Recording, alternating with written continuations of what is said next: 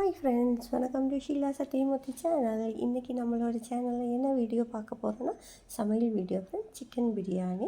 Chicken வந்து 1/2 kilo எடுத்து நல்லா வாஷ் பண்ணி மஞ்சத்தூள் போட்டு எடுத்து வச்சுருக்கிறோம்.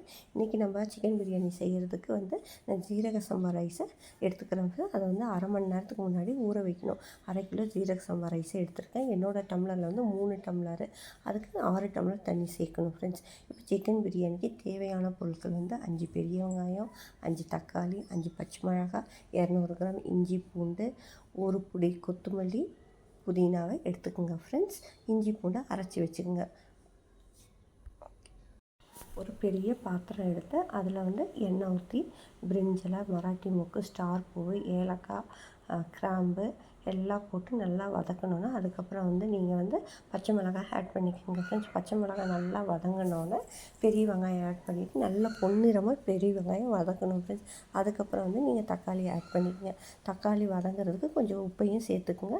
அதுக்கப்புறம் வந்து புதினாவும் கொத்தமல்லியும் நல்லா வதக்குங்க ஃப்ரெண்ட்ஸ். வதக்கினோன்னே இஞ்சி பூண்டு பேஸ்ட்டையும் அதில் போட்டு பச்சை வாசனை போகிற வரைக்கும் வதக்கிட்டு அதுக்கு பின்னாடி வந்து சிக்கனை போட்டு சிக்கன் மேலே கொஞ்சம் தயிர் ஊற்றணும். ஏன்னா நம்ம தயிர் ஊற்றணும்னா சிக்கன் வந்து நல்லா சாஃப்டாக இருக்கிறதுக்காக தான் ஃப்ரெண்ட்ஸ் தயிர் ஆட் பண்ணுறோம்.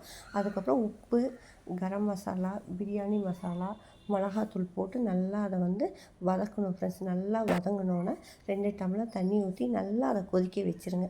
கொதிக்க வச்சோன்னே நல்லா கொதித்தோன்னே மீதி 4 டம்ளர் அதில் ஊற்றி நல்லா பாயில் பண்ணுங்கள் ஃப்ரெண்ட்ஸ். பண்ணோன்னே அதுக்கப்புறம் அரிசியை போடுங்க. போட்டோன்னே கொஞ்சம் லெமனை புளிங்க. ஏன் லெமனை புளியறோன்னு சொன்னோன்னா நம்மளுக்கு வந்து புளிப்பு சுவையும் இருக்கும், அரிசி வந்து ஒன்றோட ஒன்று ஒட்டாது.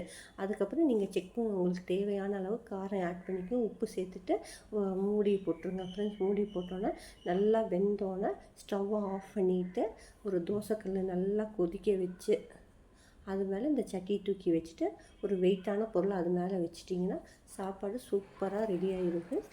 சுவையான சிக்கன் பிரியாணி ரெடி ஃப்ரெண்ட்ஸ். என் சேனலை லைக் பண்ணுங்கள், ஷேர் பண்ணுங்கள், சப்ஸ்கிரைப் பண்ணுங்கள் ஃப்ரெண்ட்ஸ். தேங்க்யூ.